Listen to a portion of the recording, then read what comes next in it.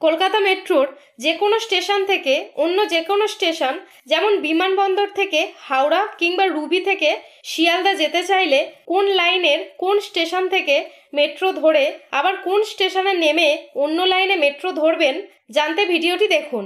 প্রথমে আমার কলকাতা মেট্রো অ্যাপটি ইনস্টল করে লগ ইন করে নেবেন। এরপর ট্রেন টাইমে ট্যাপ করবেন।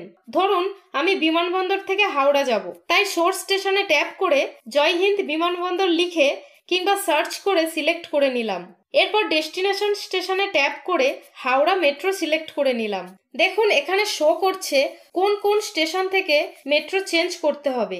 এক্ষেত্রে প্রথমে বিমানবন্দর থেকে মেট্রো করে গিয়ে নোয়াপাড়া নামতে হবে, তারপর নোয়াপাড়া থেকে মেট্রো ধরে এসপ্ল্যানেড নামতে হবে, তারপর এসপ্ল্যানেড থেকে মেট্রো ধরে হাওড়া যেতে হবে। এভাবে আপনি এক স্টেশন থেকে অন্য স্টেশনে যেতে পারবেন।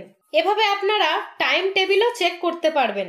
এর জন্য এখানে ট্যাপ করে কোন দিন এবং এখানে কখন যেতে চাইছেন সিলেক্ট করে নেবেন।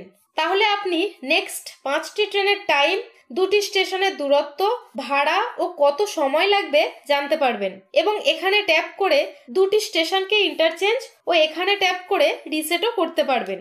এর ডিটেলস ভিডিও নিচে দেওয়া লিঙ্ক থেকে দেখতে পারেন। প্লিজ লাইক, শেয়ার ও সাবস্ক্রাইব করে সাপোর্ট করবেন। ধন্যবাদ।